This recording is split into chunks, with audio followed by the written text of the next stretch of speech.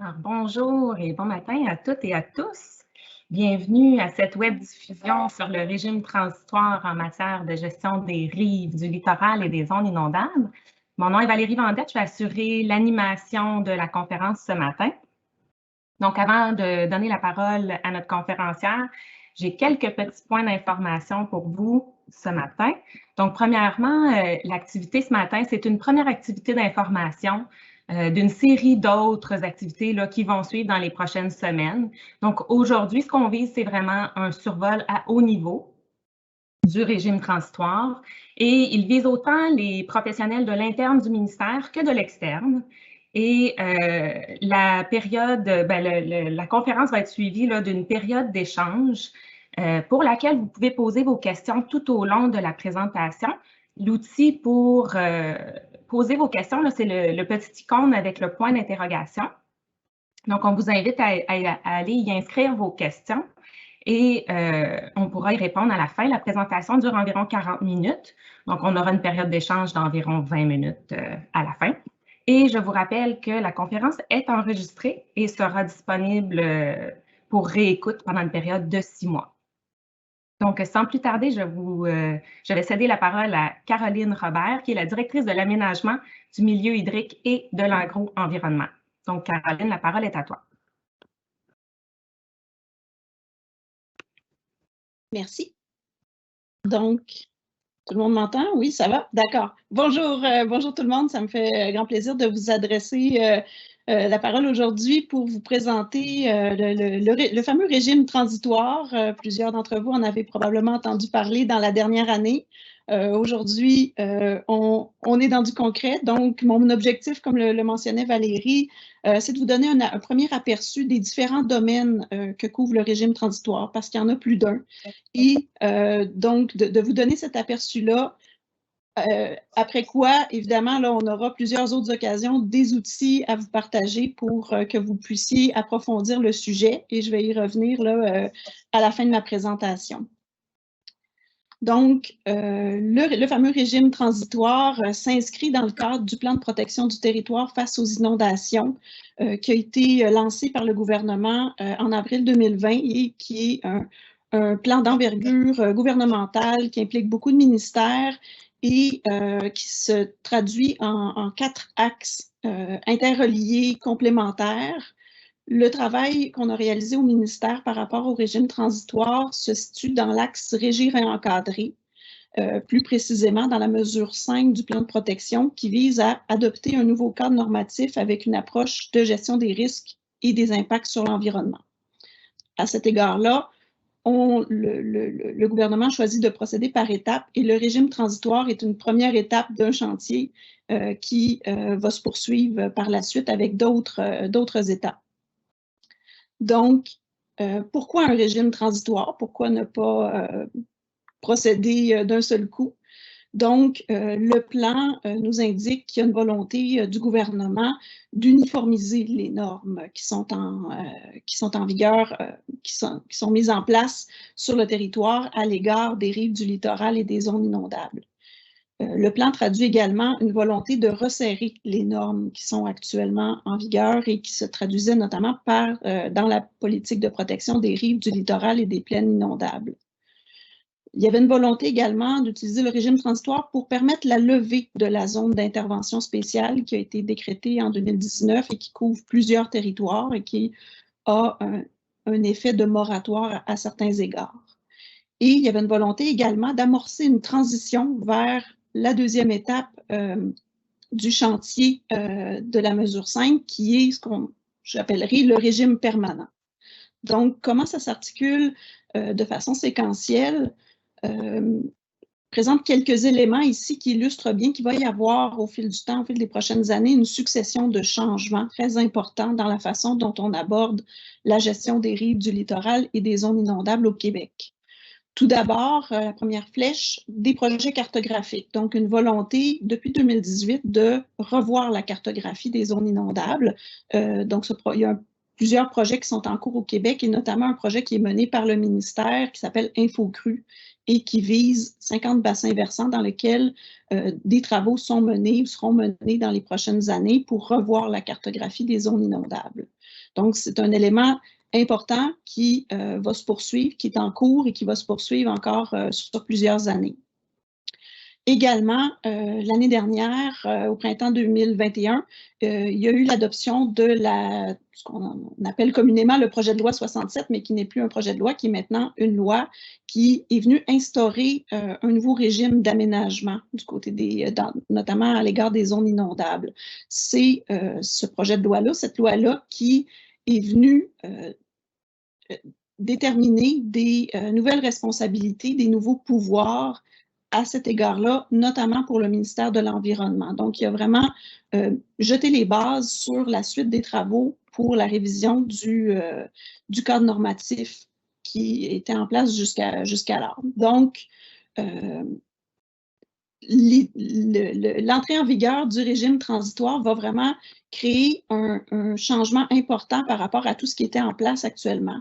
Donc, je vais y revenir, mais lorsque le régime transitoire qui est maintenant adopté, qui entrera en vigueur dans les prochains mois, sera en place, ça signifiera la fin de la politique de protection des rives, du littoral et des plaines inondables qui n'existera plus, qui sera abrogée. Ça signifiera également la levée de la zone d'intervention spéciale qui était en place là, depuis 2019. Le régime transitoire, comme je le mentionnais, c'est une première étape. La loi, le projet de loi 67 est venu placer des bases également pour un régime permanent de gestion des rives du littoral et des zones inondables qui sera basé sur la nouvelle cartographie qui est en voie d'être élaborée et qui se veut une approche davantage en fonction de la gestion des risques et c'est ce qu'on souhaite établir. Donc, le régime transitoire est un règlement qu'on veut à durée finie qui permet de transiter vers le régime permanent. Au régime permanent s'ajoutera aussi un règlement qui va viser les ouvrages de protection contre les inondations, que plusieurs appellent des digues.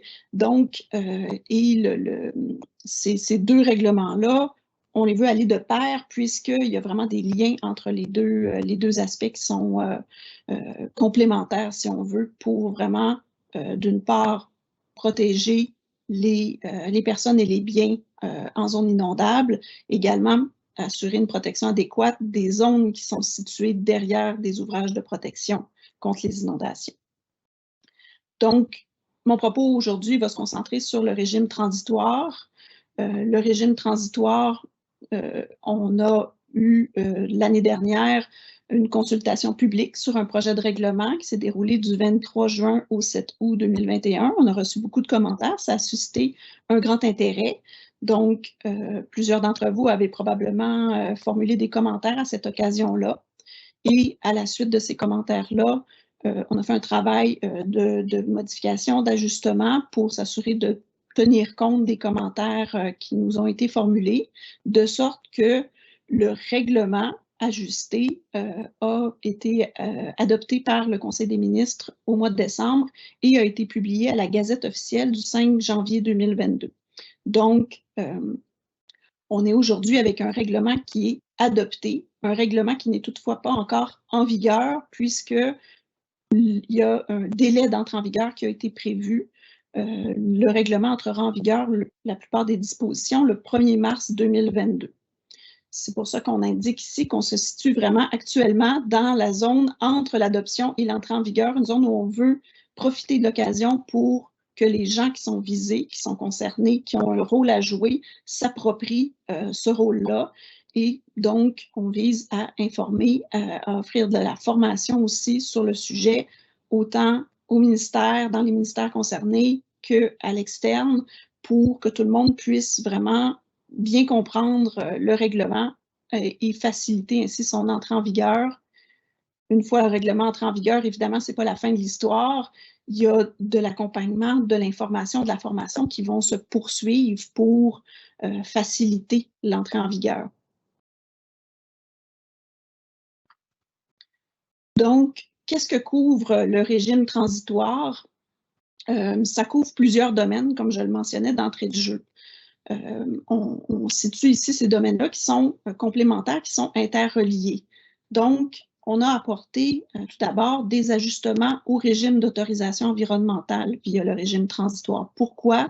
Parce que dans le cadre du projet de loi 67, le ministère s'est vu donner une nouvelle responsabilité, celle d'analyser les projets qui nous sont soumis pour autorisation environnementale, évidemment toujours avec la perspective des impacts environnementaux, mais aussi avec la perspective de la vulnérabilité des personnes et des biens. Donc, le ministère s'est fait donner une nouvelle paire de lunettes avec laquelle examiner les projets qui se situent évidemment dans les zones concernées. Donc, ça nous a amené à apporter des ajustements au régime d'autorisation. Je vais vous en glisser quelques mots. Le régime transitoire, évidemment, aussi couvre des aspects qui sont des dispositions d'application municipale. Dans l'optique où la PPRLPI disparaît et qu'on veut davantage d'uniformité, on est venu déterminer les normes, les exigences que les municipalités devront appliquer à compter de l'entrée en vigueur du régime transitoire, de façon à ce que les règles soient les mêmes à travers toutes les régions du Québec. On a également apporté des ajustements importants à la question de l'encadrement de l'agriculture en littoral. Donc, il se pratique de l'agriculture en littoral à plusieurs endroits au Québec, mais en théorie, c'était une pratique qui n'était pas, en fait, le cadre actuel ne le permettait pas. Toutefois, on sait que ça se pratiquait, de sorte qu'on est venu revoir la façon d'aborder la question pour davantage encadrer cette pratique-là et s'assurer qu'elle amène des impacts, qu'on diminue les impacts qu'elle a sur l'environnement. Finalement, il y avait toute une harmonisation de vocabulaire qui était requise. Je vais y revenir, vous en glisser quelques mots, mais il y avait une évolution de vocabulaire et une harmonisation aussi entre les règlements. Certains auraient voulu qu'on prenne la PPRLPI, qu'on biffe le mot politique, qu'on mette le mot règlement à la place et qu'on adopte ça. Il s'avère que ce n'est pas le modèle qu'on a pris, ça n'aurait pas pu se faire.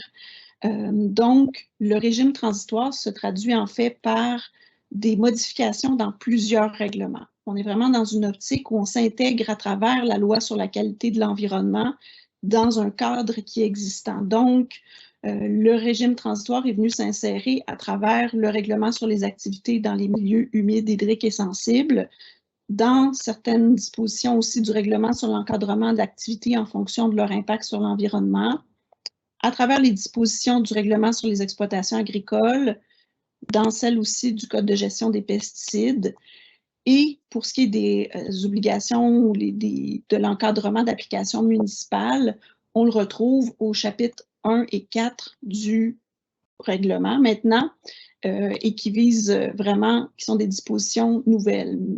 Néanmoins, les dispositions d'application municipale sont aussi en lien avec les règlements. Donc, c'est une structure qui demande une certaine appropriation, mais c'est la raison pour laquelle aussi le ministère a commencé à rendre disponibles des outils pour faciliter la tâche des gens qui auront à l'utiliser, à le faire respecter. Je vous précise également que le régime transitoire est venu établir des règles de concordance pour 15 autres règlements qui se retrouvent dans le corpus législatif du gouvernement, parce que dans toutes sortes de règlements, dans différents domaines, il y avait des références à la politique de protection des rives du littoral et des plaines inondables ou à des concepts de la politique. Donc, celle-ci étant appelée à disparaître, il ne fallait pas que ces références-là ne mènent plus nulle part, de sorte qu'il y a des règles qui ont été établies. Donc, je vais prendre chacun des cercles des domaines couverts pour vous en dire quelques mots.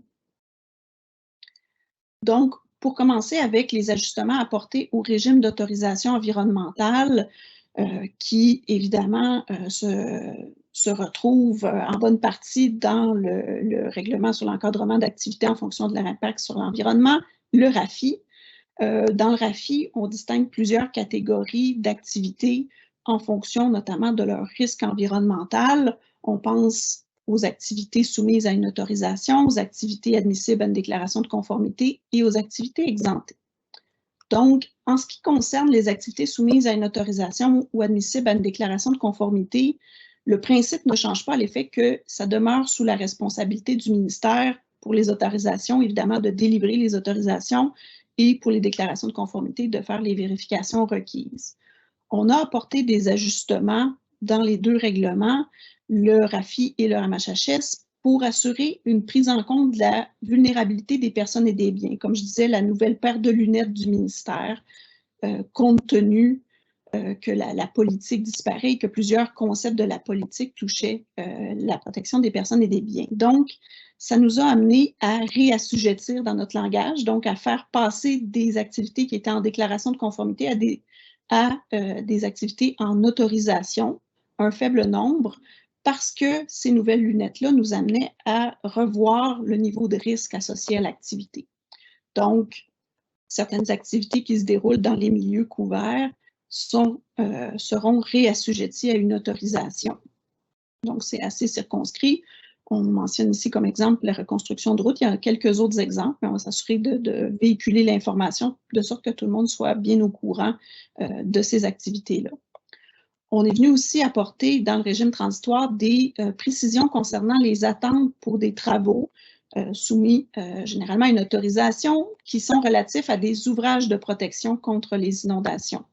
On se rappelle que le règlement sur les ouvrages de protection contre les inondations viendra dans un deuxième temps. Néanmoins, actuellement, l'aspect de la vulnérabilité des personnes et des biens nous amène à s'assurer que les projets qui nous seront soumis déjà s'inscrivent dans l'approche des responsabilités qui nous sont dévolues.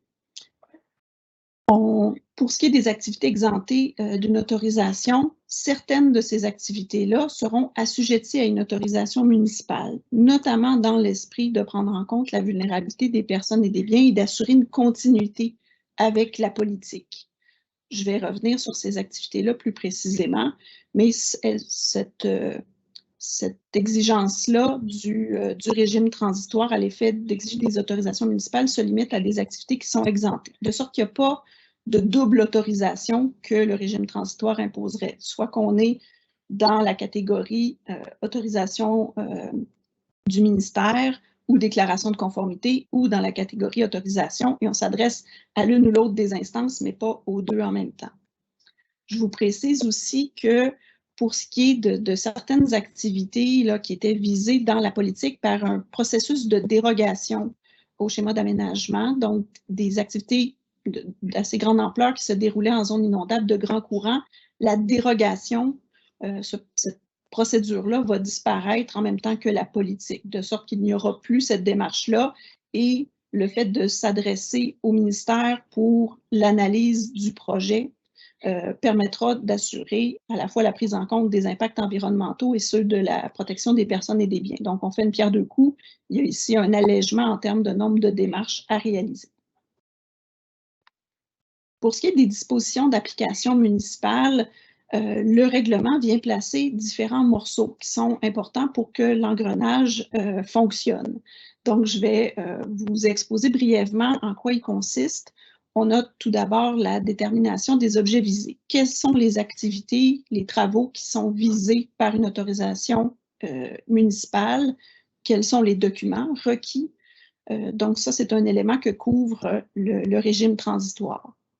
Pour les activités visées, quels sont les territoires sur lesquels l'autorisation municipale doit s'effectuer. Donc, les rives, le littoral et les zones inondables et comment on les définit, ça devient un élément évidemment fondamental pour s'assurer que la municipalité puisse jouer son rôle. Ensuite, pour chacun de ces travaux, chacune de ces activités-là, il y a des normes, des restrictions, des interdictions qui s'appliquent. Donc, on définit un encadrement qui vise une série d'activités que je vais vous mentionner et qui impose des normes sur la façon dont ces activités-là peuvent se réaliser également.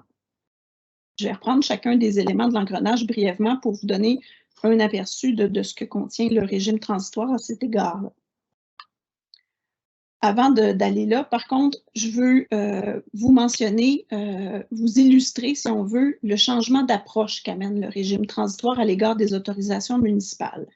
Donc ici, on illustre schématiquement comment ça se déroulait jusqu'à présent. Donc on avait la loi sur la qualité de l'environnement qui énonçait la politique étant un document officiel du gouvernement qui amenait les MRC à traduire un certain nombre de normes d'encadrement dans les schémas d'aménagement et de développement qui, à leur tour, amenaient les municipalités à établir des règlements municipaux pour encadrer.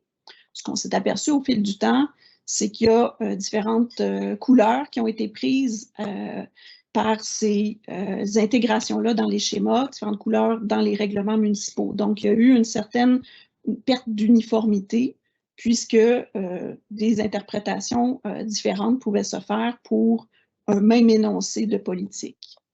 Donc, tout ça, évidemment, menait à des permis. À cela s'est superposé la zone d'intervention spéciale dans plusieurs régions en 2019, qui est venue prendre le pas sur les normes les exigences de la politique et les normes qui sont fixées dans les règlements municipaux dans les régions, évidemment, qui étaient visées par la zone d'intervention spéciale. Donc, on migre vers un nouveau modèle, puis en quoi ce modèle-là va consister? Donc, on a ce que je suis en train de vous exposer, à savoir la loi sur la qualité de l'environnement dont découle le règlement transitoire. Et à cela se juxtapose ou vient complémenter ce qui est établi via les schémas et via les règlements municipaux pour toutes sortes de domaines complémentaires que ne couvre pas le régime transitoire, de sorte qu'il n'y a pas de disparition ou de remplacement des règlements municipaux, mais une complémentarité qui doit s'exercer. Donc, les règles du régime transitoire à l'égard des activités qui sont visées, des normes qui s'appliquent, prennent le pas sur les règles correspondantes, dans certains cas moins sévères, des règlements municipaux. Néanmoins, les règlements municipaux, pour ce qui concerne toutes sortes d'objets comme les marges de recul, les normes en termes de hauteur, de matériaux, etc. Évidemment, pour un citoyen, par exemple, qui souhaiterait construire un bâtiment, le principe est qu'il y a une complémentarité. Donc, la municipalité doit s'assurer du respect des règles du régime transitoire et des règles complémentaires des règlements municipaux pour tous les autres objets et délivrer, en bout de ligne, évidemment, si tout est respecté, un permis et donc pas une autorisation municipale et un permis. Donc, il y a vraiment lieu ici de bien vous préciser qu'on vise à une complémentarité et à l'émission au final d'un permis par la municipalité si l'ensemble est respecté. Et s'il y a des éléments qui ne sont pas respectés par le projet qui est soumis par le citoyen, il ne peut pas y avoir délivrance de permis d'un côté, mais pas délivrance d'autorisation de l'autre côté. Donc, il y a vraiment une unicité qu'on vise avec ce qui apparaît au régime transitoire. Donc, maintenant, je vous amène sur les différents objets que couvrent les règles d'application municipale. Donc, en termes de portée, on a défini un certain nombre d'objets, d'ouvrages dans le régime transitoire qui sont visés par des autorisations municipales. Donc, ils sont précisés dans le règlement et s'appliquent par zone. Je vais revenir sur chacune des zones, tout de suite après.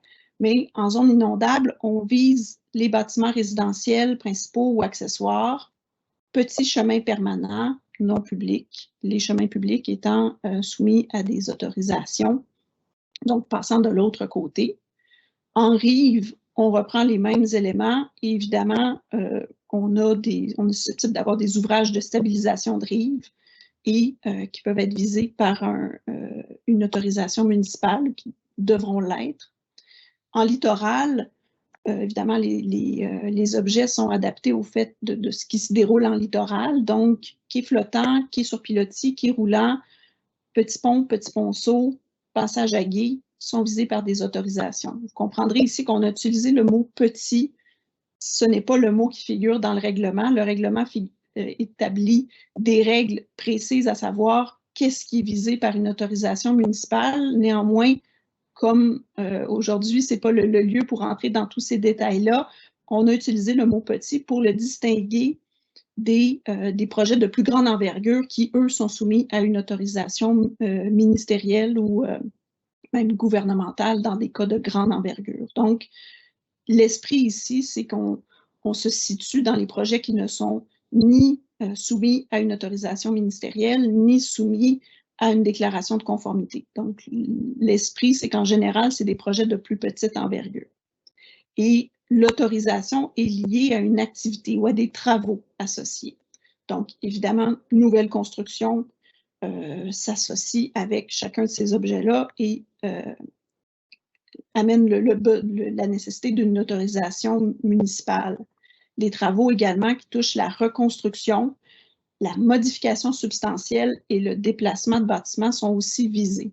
Évidemment, ces travaux-là, dans certains cas, ne sont pas possibles dans chacune des zones. Donc, l'esprit ici, c'est de vous définir une série de travaux qui sont visés en général, mais dans certains cas, ils ne sont pas systématiquement possibles partout.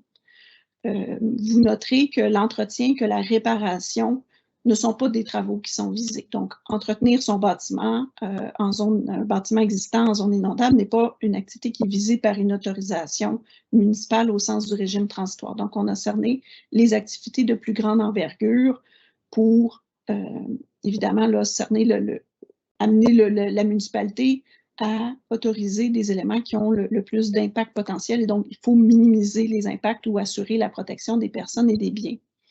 Chacun de ces éléments-là, dans certains cas, est associé à une définition dans les règlements, dans le régime transitoire. D'autres ne sont pas spécifiquement associés à une définition, mais on va s'assurer dans les documents qu'on rend disponibles que les définitions soient claires, puisqu'on s'inscrit vraiment dans une optique où on veut assurer l'uniformité et éviter des interprétations disparates dans les différentes régions, dans les différentes municipalités.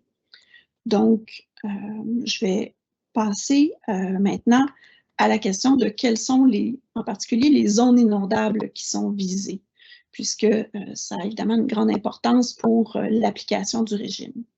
Donc, les zones inondables ici qu'on vise, ce sont des zones inondables déjà déterminées. Le régime transitoire, c'est ce qu'annonçait le plan de protection du territoire face aux inondations, vise à s'appliquer aux cartes existantes, aux zones qui ont déjà été déterminées. Le régime permanent, qui viendra plus tard, sera pour sa part appelé à s'appliquer aux nouvelles zones inondables qui sont en voie d'être déterminées, cartographiées par les différents projets qui sont en cours. Donc, on définit tout d'abord dans le régime transitoire la zone de grand courant, qu'on appelle aussi la zone 0-20 ans. Évidemment, dans le régime transitoire, ce sont les normes associées à la zone de grand courant qui vont s'appliquer. Donc, il y a une continuité avec la PPRLPI ici, mais déjà un changement de vocabulaire. La zone de faible courant, le 20-100 ans, qu'on connaît de la PPRLPI, s'appliquera pour sa part, évidemment, sera associé aux zones de faible courant, de même que les autres territoires inondés qui étaient visés par la zone d'intervention spéciale. Donc, c'est des territoires qui ont été inondés. On sait maintenant qu'ils sont inondables et ils ont été cartographiés. Ils ont fait l'objet de décrets et d'arrêtés du ministère des Affaires municipales. Donc, on en connaît, on a cerné leur délimitation. Donc, les nouveaux territoires inondés qui n'étaient pas déjà cartographiés demeureront visés par des règles, mais au contraire de la zone d'intervention spéciale, ce seront les normes de faible courant qui s'appliqueront.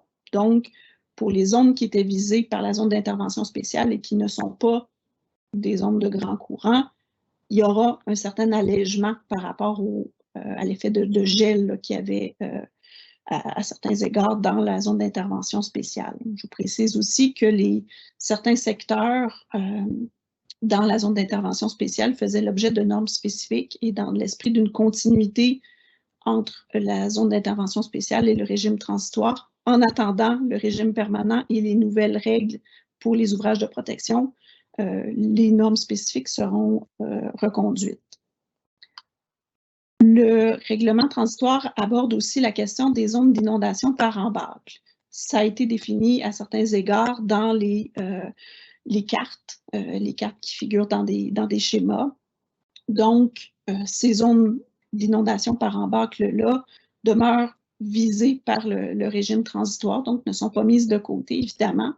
On a associé les zones d'inondation par embâcle avec mouvement de glace aux normes des zones inondables de grand courant et celles qui sont sans mouvement de glace aux normes de faible courant. Donc, je vous schématise ici, mais évidemment, il y a beaucoup plus de différentes précisions à cet égard-là dans le régime transitoire. Donc ça définit un peu là où s'applique le régime transitoire, en particulier dans les zones inondables. Les rives, le littoral sont des concepts qui sont également bien connus et donc on assure la continuité de la PPRLPI vers le régime transitoire en termes d'esprit des règles et d'esprit des définitions. Donc, dans l'esprit du régime transitoire, mais les dispositions d'application municipale, il y a 3 éléments qui amènent à déterminer quel projet et que doit faire la municipalité à l'égard de ces projets-là, quels projets sont visés. Donc, quels sont les objets? Je vous les ai définis précédemment, à savoir ceux qui ne sont pas visés par une autorisation ministérielle ou une déclaration de conformité et qui figurent dans la liste ici. Quel milieu? Donc, je vous les ai présentés. Et quels travaux? Donc, les travaux là, que je vous mentionnais, qu'on doit définir. Il y a peut-être un concept avec lequel les gens sont moins familiers, la modification substantielle. On est un peu dans l'esprit ici des travaux majeurs qui étaient dans la politique. Néanmoins, la modification substantielle est définie et on s'assurera qu'elle soit bien comprise et qu'on précisera aussi de quelle façon elle se distingue des, par exemple, réparations. Donc, la municipalité aura à vérifier par rapport à une demande d'autorisation municipale qui lui sera formulée lorsque le règlement sera en vigueur. Est-ce que le demandeur a transmis les renseignements et les documents requis? Il y a une liste qui est prévue dans le régime. Et est-ce qu'il y a respect des normes et des restrictions qui sont fixées dans le régime transitoire, donc notamment dans le chapitre 1 du règlement et dans les dispositions là, correspondantes du RAFI et du RAMHHS. On comprend que ça fait plusieurs endroits à vérifier.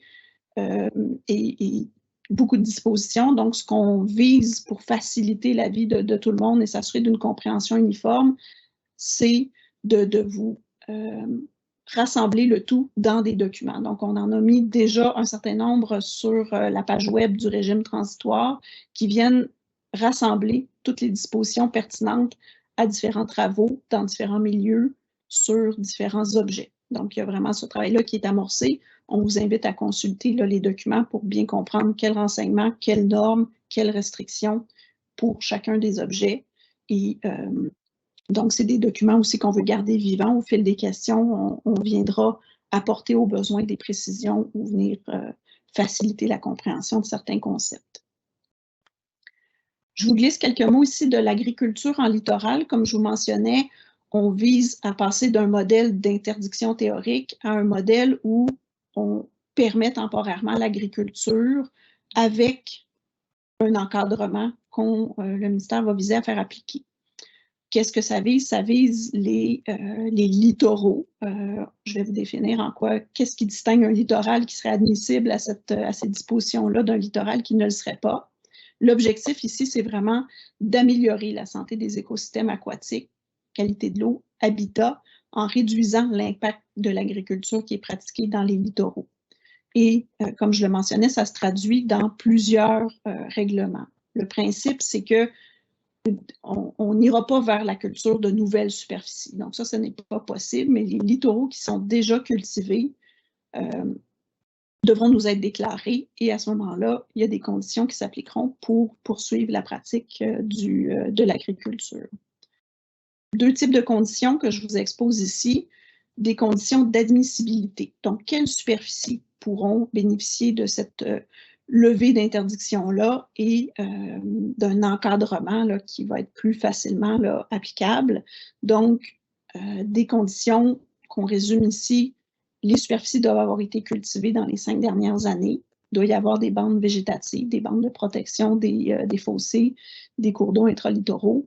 Et il ne doit pas y avoir de déboisement là, qui est réalisé pour le faire. Des conditions ensuite de réalisation de l'activité de l'agriculture pour les superficies admissibles. Donc, quelles pratiques culturelles devront être mises en place? On parle de bandes de végétation assorties là, de différentes conditions par rapport au maintien de ces bandes-là. Une couverture de sol. On veut éviter les sols à nu. Pour les zones en littoral, c'est vraiment problématique d'avoir des sols à nu lorsqu'ils sont inondés notamment. Donc, implanter progressivement une couverture de sol en fonction aussi du type de culture qui est pratiqué. Les matières fertilisantes vont pouvoir être répandues, ça va être possible, donc ça va être permis via le règlement, mais encadré sur les matières fertilisantes des déjections animales et les engrais minéraux également. L'appui d'un professionnel, donc la réalisation d'un plan agro-environnemental de fertilisation devient un élément là, essentiel pour s'assurer que les pratiques de fertilisation sont adéquates, notamment, et l'appui du professionnel se traduit aussi au niveau de l'encadrement de l'application de pesticides, parce que les pesticides étaient interdits. Ça devient possible d'en appliquer, mais à certaines conditions, notamment celle d'avoir l'appui d'un professionnel pour déterminer les applications de pesticides. Dernier point sur les différents domaines couverts. Donc, il y a un besoin il y avait un besoin d'harmoniser du vocabulaire, de faciliter la compréhension. Donc, le règlement est venu mettre des nouvelles terminologies. Donc, on a la ligne des hautes eaux, qui est un concept associé au littoral, qui devient la limite du littoral. Donc, pour faciliter vraiment la compréhension, éviter une confusion avec d'autres lignes des hautes eaux. Plaine inondable, le 0-20 ans est associé vraiment dans un vocabulaire de grand courant. La plaine inondable 20-100 ans, associée pour sa part au faible courant. Et il y avait toutes sortes de dénominations de crues, de récurrence, de zones, de débordements, etc. On vient harmoniser le vocabulaire pour faciliter la compréhension à travers l'ensemble du corpus législatif, comme je le mentionnais.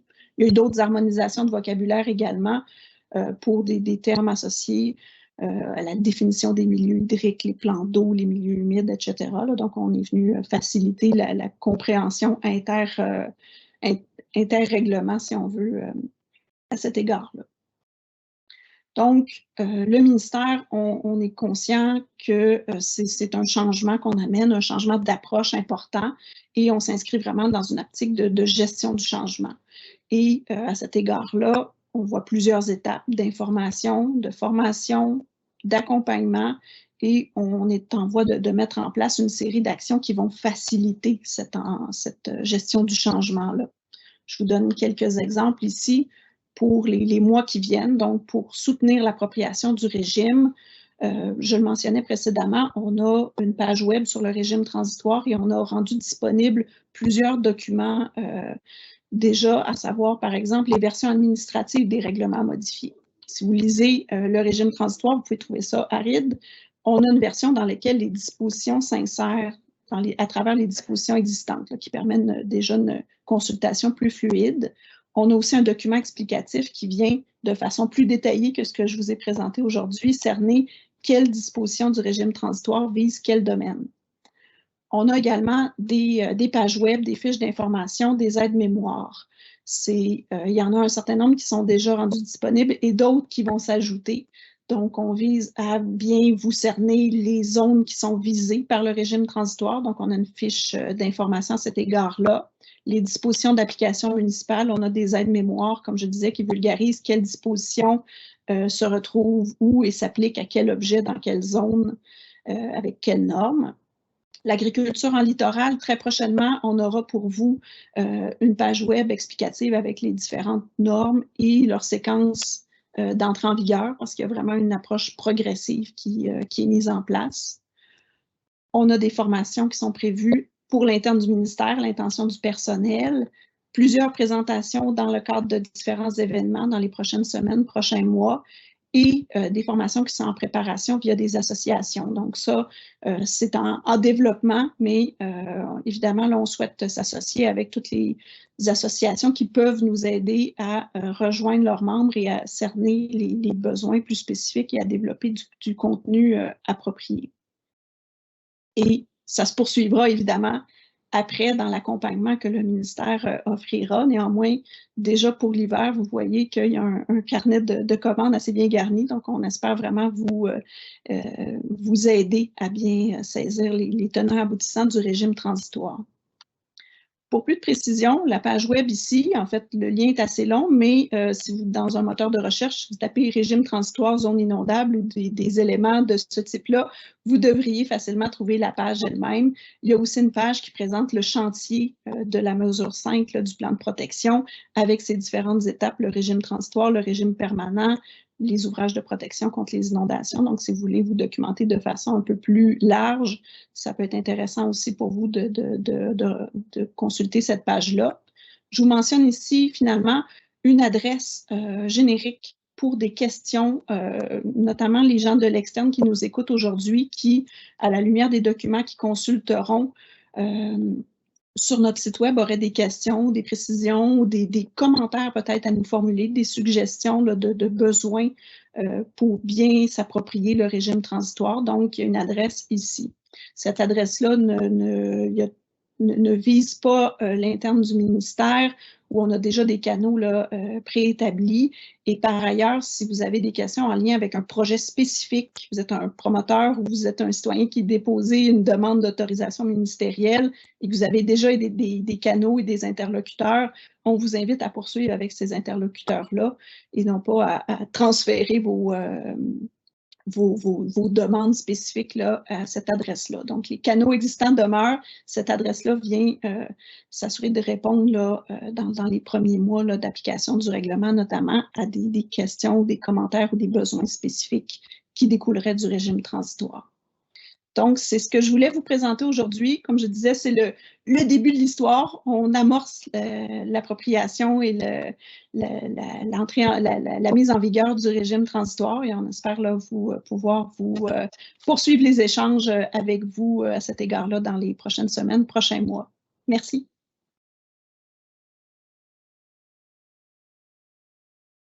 Donc, merci beaucoup, Caroline.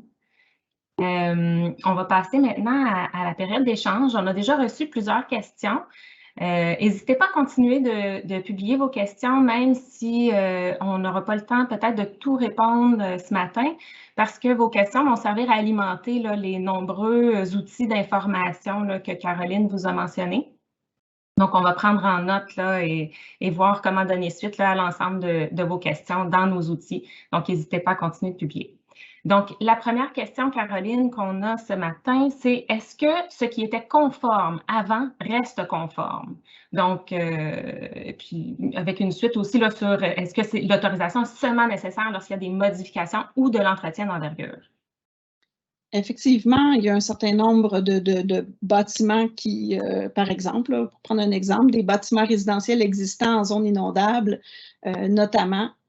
Donc, pour les bâtiments existants, s'il n'y a pas de travaux qui sont réalisés, évidemment, le régime transitoire n'affecte pas la capacité des gens de demeurer sur place. Donc, c'est lorsqu'on veut faire des travaux qu'il peut y avoir des restrictions qui s'appliquent selon la zone dans laquelle on se trouve. Et, par exemple, un bâtiment résidentiel existant qui voudrait avoir des constructions accessoires, il peut y avoir des restrictions ou des normes qui s'appliquent. Mais ça n'enlève pas le droit aux gens de demeurer sur place avec les constructions existantes. Parfait. Maintenant, en ce qui concerne les règlements existants des municipalités, on a une question qui dit est-ce que l'on va comprendre que si le règlement d'urbanisme est plus sévère que le régime, nous pouvons continuer d'appliquer le règlement d'urbanisme? Et on donne l'exemple des rives qu'une municipalité pourrait avoir mis une rive à 15 mètres, alors que dans le régime, on prévoit 10 mètres. Est-ce que cette règle-là peut continuer de s'appliquer? Le régime transitoire permet effectivement un certain nombre de dispositions dans des règlements municipaux, différents objets, dont toute la gestion de la végétation, de la largeur des bandes riveraines, les règlements municipaux qui touchent ces aspects-là et qui ne sont pas inconciliables avec le régime transitoire continuent de s'appliquer. Donc, ça concerne cette possibilité-là de continuer d'appliquer des dispositions plus sévères concernent notamment les rives. aussi la gestion de l'écoulement de l'eau et les accès, par exemple, à l'eau via des sentiers ou des escaliers. Donc ça, le règlement est venu clairement établir cette possibilité-là. Par contre, pour ce qui est des dispositions qui concernent les sujets d'autorisation municipale, donc par exemple la construction d'un nouveau bâtiment, c'est les règles du régime transitoire qui ont préséance, donc qui prennent le pas sur les règles, sur ces sujets-là dans les règlements municipaux. Parfait. Donc, on comprend là, que pour ce qui est des dispositions qui sont calquées sur la PPRLPI, ces règles-là dans les règlements d'urbanisme ne s'appliqueront plus. Effectivement, pour ce qui concerne les objets d'autorisation municipale, il y a vraiment une préséance qui s'applique. Il y a une possibilité pour une municipalité qui voudrait aller au-delà du régime transitoire pour des raisons qui lui appartiennent de sensibilité de son territoire ou autre, de venir chercher une approbation du ministre de l'Environnement pour que son règlement ait préséance. Néanmoins, ça devient des exceptions et non pas la règle de base concernant spécifiquement ces objets-là d'autorisation municipale. Parfait. Il y a une question aussi sur les modifications substantielles. Je sais que tu en as parlé brièvement dans ta présentation, mais peut-être que tu pouvais nous donner un petit peu plus d'informations sur ce qu'on définit comme étant une modification substantielle? Oui, tout à fait. Donc, on la distingue vraiment de l'entretien et de la réparation. L'entretien étant le maintien dans l'état initial et la réparation étant le retour vers un état initial ou un état équivalent à l'état initial. La modification substantielle, c'est donc des travaux qu'on réalise qui ont des impacts, par exemple, sur la fondation du bâtiment, sur l'assise, sur sa structure, donc qui ont vraiment une ampleur plus grande que celle de l'entretien et de la réparation. Ça se distingue par ailleurs d'une reconstruction qui est vraiment une étape de plus, si on veut, de reconstruire un bâtiment. Et ça se distingue aussi là, de la nouvelle construction. Donc, on a vraiment effectivement du vocabulaire un peu nouveau qu'on doit s'approprier. Les documents qu'on rend disponibles actuellement offrent certaines précisions là-dessus, mais on a des documents qui devraient arriver bientôt et qui vont apporter là, une couche de plus de précision sur ces concepts-là. Parlant des outils qui vont être développés, on a une question ici à savoir si des outils vont être produits pour les municipalités, nommément des procéduriers ou des flowcharts et des jeux de données spatiales pour les zones de courant. Est-ce que ces outils seront disponibles dès l'entrée en vigueur du règlement transitoire? Donc, ce qu'on a rendu disponible pour le moment, c'est ce qu'on a appelé des aides-mémoires, mais en fait, c'est un peu des checklists, si on veut, à savoir un projet est soumis à la municipalité, qu'est-ce qu'elle doit vérifier, quels éléments doivent être conformes pour que le règlement transitoire soit respecté. Donc ça, c'est des documents qu'on a rendus disponibles et qui couvrent chacun des objets, à la fois les bâtiments et les autres ouvrages qui sont visés par une autorisation municipale pour les différents travaux dans les différentes zones. Donc ça, je vous invite à les consulter. Je pense que ça vient vraiment faciliter la compréhension de ce qui s'applique. Par ailleurs, ce qu'on veut rendre disponible prochainement, c'est un peu la distinction entre qu'est-ce qui est visé par une autorisation ministérielle ou une déclaration de conformité et donc qui n'est pas dans la cour des municipalités et qu'est-ce qui est en termes d'ouvrage, comment on fait la distinction entre, par exemple, un ouvrage de stabilisation qui est visé par une autorisation municipale de celui qui est visé par une autorisation ministérielle. Donc, on a ces documents-là. Pour ce qui est de la cartographie, donc, on s'appuie, comme je le mentionnais, sur les cartes existantes dans les différents, notamment dans les schémas d'aménagement, dans les règlements de contrôle intérimaire. Donc, ça demeure. Ils ne sont pas centralisés. Certains auraient souhaité, nous l'ont exprimé dans la consultation publique, que tout ça soit centralisé. C'est ce qu'on vise à faire pour le régime permanent. Là, ça, je vous le confirme. Néanmoins, pour le régime transitoire, il y a ces documents-là qui existent, dans certains cas qui sont diffusés par les MRC, qui sont sous différentes formes. Par ailleurs, ce qu'on a rendu disponible, c'est la cartographie, la délimitation des zones qui étaient visées par la zone d'intervention spéciale. Donc, le territoire inondé qu'on vise par le règlement, on est venu le définir et ça, c'est disponible là, de façon géomatique. Également, il y aura de l'information par rapport à la question du littoral. On a un certain nombre de délimitations existantes qu'on vise à vous rendre disponibles pour faciliter l'application des dispositions agricoles. Donc, il y a différents outils et il y a un document aussi, une fiche d'information qui précise que retrouver, à quel endroit sur les différentes plateformes actuellement.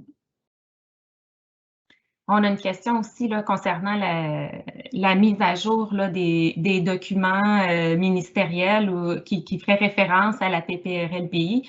Donc, je comprends que ces documents-là, là, graduellement, vont être mis à jour pour enlever les références à la PPRLPI pour faire référence au régime transitoire.